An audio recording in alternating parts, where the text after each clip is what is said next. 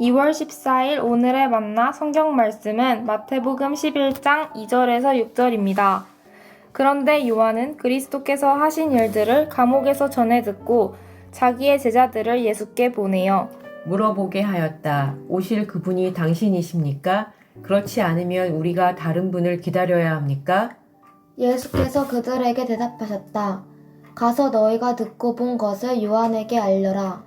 눈먼 사람이 보고 다리 저는 사람이 걸으며 나병 환자가 깨끗하게 되며 듣지 못하는 사람이 들으며 죽은 사람이 살아나며 가난한 사람이 복음을 듣는다. 나에게 걸려 넘어지지 않는 사람은 복이 있다. 오늘 만나로 만나주시는 하나님을 기대합니다. 세례 요한은 메시아의 길을 예비하는 사람이었습니다. 그는 예수님께 세례까지 베풀었습니다. 감옥에 갇힌 세례 요한은 예수님께서 행하신 일들을 들은 후 자기 제자들에게 예수님의 메시아 정체성에 대해 질문을 던졌습니다. 세례 요한은 자신의 제자들을 보내어 예수님께 질문했습니다. 오실 그분이 당신이십니까? 그렇지 않으면 우리가 다른 분을 기다려야 합니까? 세례 요한은 메시아가 많은 기적을 행하면서도 정작 로마의 식민 정권과 그 앞잡이로부터 하나님의 백성을 해방시키는 행위가 드러나지 않았기에 그분이 메시아인지 질문하게 되었습니다. 세례 요한 자신은 로마 식민 정권의 앞잡이인 분봉왕 헤롯이 동생의 아내를 취한 것을 정죄함으로 투옥까지 했는데 메시아라는 분은 투옥된 요한을 돕지 않을 뿐 아니라 불의한 자들을 그대로 두었기에 의구심이 들었습니다. 세례 요한의 질문에 대해 예수님은 눈먼 사람이 보고 다리 저는 사람이 걸으며 나병 환자가 깨끗하게 되며 듣지 못하는 사람이 들으며 죽은 사람이 살아나며 가난한 사람이 복음을 듣는다 라고 답하셨습니다. 예수님께서 스스로를 로마의 힘으로 대항하는 정치적 메시아가 아니라 자기 백성을 죄에서 구원할 메시아임을 명확히 말씀해 주셨습니다. 세례 요한의 의심에 대해 답을 하신 후에 무리에게 세례 요한을 어떤 사람으로 보는지 질문하셨습니다. 너희는 무엇을 보려고 광야에 나갔더냐? 바람에 흔들리는 갈대냐? 화려한 옷을 입은 사람이냐? 예언자를 보러 나갔더냐? 우리는 감옥에 갇혀 있을 때의 세례 요한처럼 예수님의 사명과 하나님 나라의 완성에 대해서 오해하거나 실족하기도 합니다.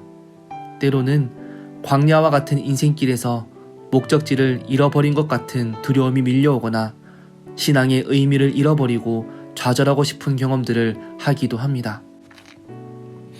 예수님께서는 나에게 걸려 넘어지지 않는 사람이 복이 있다 말씀하셨습니다. 예수님을 잃어버리지 않고 실족하지 않는 자들이 마침내 예수 그리스도의 생명을 소유할 수 있습니다. 헨리 나우엔이 말년에 라르쉬라는 지적장애인들의 공동체에 들어가서 함께 생활했습니다. 첫날 아이들은 헨리 나우엔에게 몰려와서 질문을 쏟아냈습니다. 당신의 이름은 무엇인가요?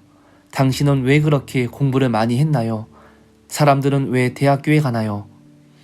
그는 아이들의 원초적인 질문 앞에 쩔쩔매는 자신을 만나야 했습니다.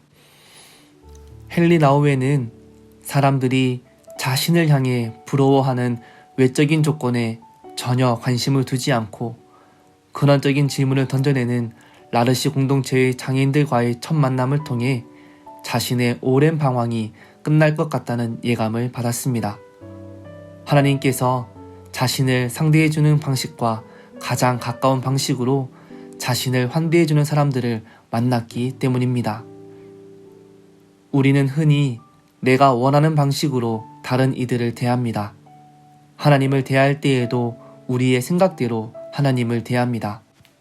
세례 요한이 자신의 생각대로 예수님을 대하며 예수님의 메시아 사역에 의심을 품었던 것처럼 우리의 삶도 하나님을 신뢰하지 못하고 불신하고 방황하는 잘못을 저지르기도 합니다.